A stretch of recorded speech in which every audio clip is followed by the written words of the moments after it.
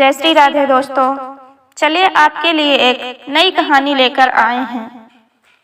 मृत्यु जीवन का एक अटल सत्य है। कहते हैं मृत्यु एक सत्य है। यह सत्य वचन में हिंदी कहानी के जरिए आपके सामने रखा गया है। जीवन जन्म और मृत्यु के बीच का एक भ्रम है जिसे हम अनंत काल तक देखते हैं। वास्तव में वह मृत्यु तक ही सीमित है।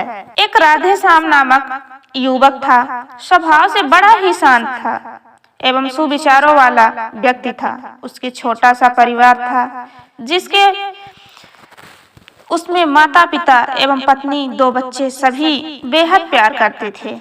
इसके अलावा वो कृष्ण भक्त था और सभी पर दया भाव रखता था। जरूरतमंद की सेवा करता था, किसी को दुख नहीं देता था। उसकी इन्हीं गुणों के कारण श्री कृष्ण उससे बहुत प्रसन्न थे और सदैव उसके साथ रहते थे। और राधे श्याम अपने कृष्ण को देख भी सकता था और बातें भी करता था। इसके बावजूद उसने कभी ईश्वर से कुछ नहीं मांगा। वह बहुत खुश रहता था क्योंकि ईश्वर हमेशा उसके साथ रहते थे, उसे मार्गदर्शन देते थे। राधे श्याम भी कृष्ण को अपने मित्र की तरह ही पुकारता था और उनसे अपने विचारों को बांटता था। एक दिन की बात, राधे श्याम के पिता की तबीयत अचानक खराब हो गई। उन्हें अस्पताल में भर्ती किया गया। उसने सभी डॉक्टर से हाथ जोड़े, अपने पिता को बचाने की मिन्नतें की, लेकिन सभी ने उससे कहा कि वो ज्यादा उम्मीद नहीं दे सकते हैं और सभी ने उनसे भगवान पर भरोसा रखने को कहा। तभी राधे श्याम को कृष्ण का ख्याल आया और उसने अपने कृष्ण को पुकारा। कृष्ण दौड़े चले आए। राधे श्याम ने कहा, मित्र तुम तो भगवान हो, मेरे पिता को बचा लो।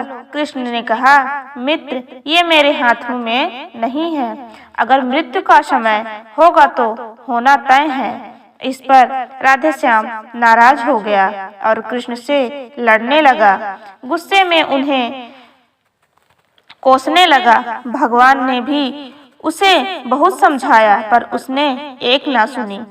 तब भगवान कृष्ण ने उससे कहा, मित्र मैं तुम्हारी मदद कर सकता हूँ, लेकिन इसके लिए तुम्हें एक कार्य करना होगा।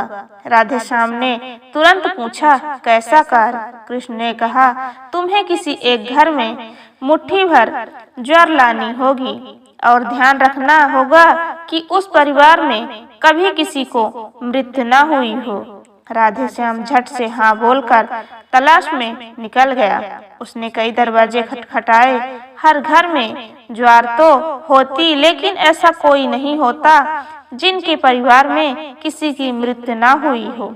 किसी के पिता, किसी के दादा, किसी का भाई, किसी की माँ, काकी या बहन। 2 दिन तक भटकने के बाद राधे श्याम को ऐसा एक भी घर नहीं मिला जिसमें किसी की मृत्यु न हुई हो। तब उसे इस बात का एहसास हुआ कि मृत्यु एक अटल सत्य है। इसका सामना सभी को करना होता है, इससे कोई भी भाग नहीं सकता। और वे अपने व्यवहार के लिए कृष्ण से क्षमा मांगता है और निर्णय लेता है जब तक उसके पिता जीवित हैं उनकी सेवा करेंगे। थोड़े दिनों बाद राधे श्याम के पिता स्वर्ग सिधार जाते हैं। उसे दुख होता है, लेकिन ईश्वर की दी उस सीख के कारण उसका मन शांत रहता है। दोस्तों, इस प्रकार हम सभी की इस सच को स्वीकार करना चाहिए कि मृत्यु एक अटल सत्य है।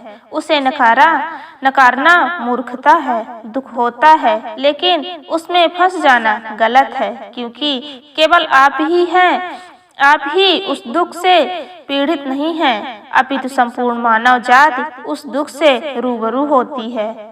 ऐसा सच को स्वीकार कर आगे बढ़ना ही जीवन है। कई बार हम अपने किसी खास के चले जाने से इतने बेबस हो जाते हैं कि सामने खड़ा जीवन और उससे जुड़ी लोग हमें दिखाई नहीं पड़ते। ऐसे अंधकार से निकलना मुश्किल हो जाता है। जो मनुष्य मृत्यु के सत्य को स्वीकार कर लेता है, उसका जीवन भार विहीन हो जाता है और उसे कोई भी कष्ट तोड़ नहीं सकता। वो जीवन के हर क्षेत्र में आगे बढ़ जाता है। धन्यवाद।